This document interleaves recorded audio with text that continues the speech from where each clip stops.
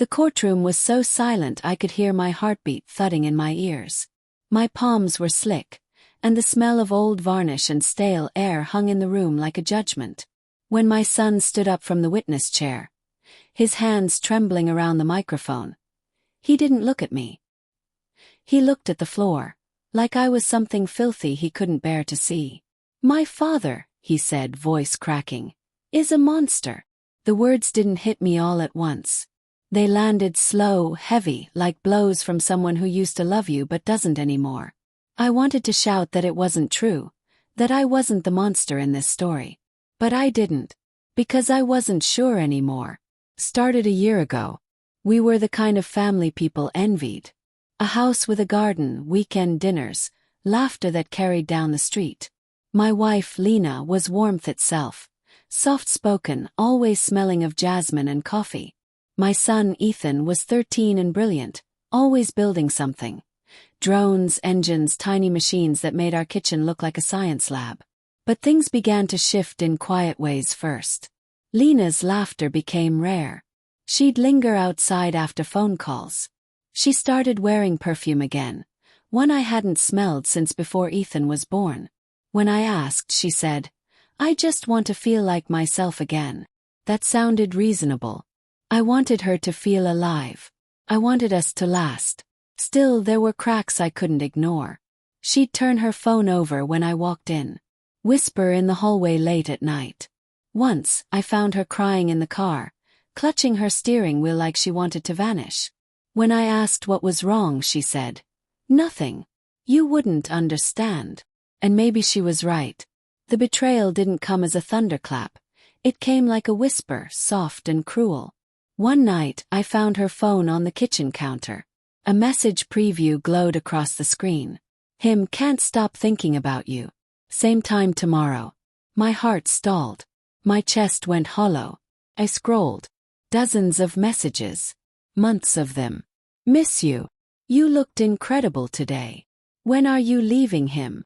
And one that broke me completely. "Ethan will adjust. Kids are resilient." I remember staring at that message for a long time. My hand shook so hard I could barely hold the phone. When she walked in, I held it up. "Who is he?" She froze. Her face drained of color. "Please don't do this here. Ethan's asleep." I didn't care. "Who is he, Lena?" Her lips quivered and she whispered, "Mark. From work." I laughed. This raw, bitter sound that didn't even feel like me. "Mark. The one who came to Ethan's birthday. The one who..." She nodded before I could finish. Something inside me shattered then. Not loudly but deep, like a bone splintering beneath the skin. We tried counseling. Or at least I tried. She came, but her eyes were always somewhere else. She said she didn't love me anymore. That she hadn't in years. That she stayed because she didn't want to break the family. I wanted to believe we could fix it, but she'd already gone. Her body was there, her mind was gone, and her heart belonged to someone else. When she filed for divorce, I didn't fight it. I just asked for Ethan. She could have everything else, the house, the car, the furniture, but I wanted my son. Except she didn't want to share him. She said, "You're too angry. He's scared of you." That's when I realized the real battle wasn't about us anymore. It was about how she wanted Ethan to see me. The custody hearings began 2 months later. Every morning, I'd sit in that cold courtroom watching Lena tell her version of our marriage. Her lawyer called me volatile, emotionally manipulative, unfit. I'd clench my jaw so tight my teeth hurt. I wanted to shout that she was lying, that she'd betrayed me, not the other way around, but my lawyer told me to stay quiet.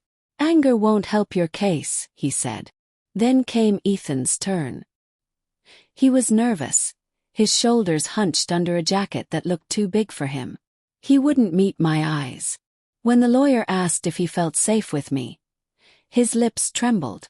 "No," he whispered. My stomach dropped. When asked why, he said, he yelled. He broke a plate once. Mom cried all night. That was true. I had yelled. I had broken a plate. I had cried too, but no one asked about that part. Then came the sentence that ended everything. My father is a monster. After court, I sat in my car, gripping the steering wheel until my knuckles turned white. I didn't go home. I drove aimlessly until the city lights blurred into rain. I replayed everything. Every moment I'd lost control, every time I'd tried to hold on to a woman who didn't want to be held. Maybe I had become something monstrous. Maybe not out of cruelty, but out of desperation. I'd loved Lena too fiercely, too completely. I thought love could anchor her.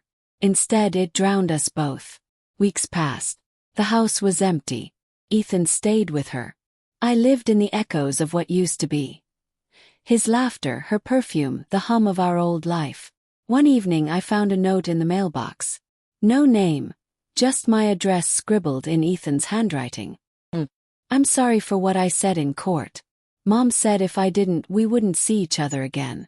I didn't know what to do. I don't think you're a monster. I just think you were hurt. I'm hurt too. The words blurred through my tears. That night, I sat in Ethan's old room, surrounded by his scattered blueprints and half-built machines. I realized something I hadn't before. Love doesn't always vanish when trust does. Sometimes it just changes shape, into grief, guilt, or the quiet hope of being forgiven. Months later, Lena called. Her voice was small, uncertain. Ethan wants to see you, she said. When they arrived, he ran straight into my arms. For a long time, neither of us said a word. The silence was enough. Lena stood in the doorway, eyes red, avoiding my gaze. There was no anger left between us, just two people who had destroyed something sacred and were now sifting through the ashes. I never wanted it to end like this, she whispered. Neither did I. And maybe that was the truth that hurt the most. We both wanted to love each other right, but neither of us knew how. A year has passed. I see Ethan every weekend now. He's taller, quieter, a little older than his years. Sometimes he still looks at me with hesitation, but then he smiles. And in that moment, I see forgiveness starting to bloom. The monster he once saw isn't gone, but maybe he's learned it was never real. Maybe I've learned that too. Because monsters don't break from love. They break because of it. And I'm still piecing myself back together, one truth at a time.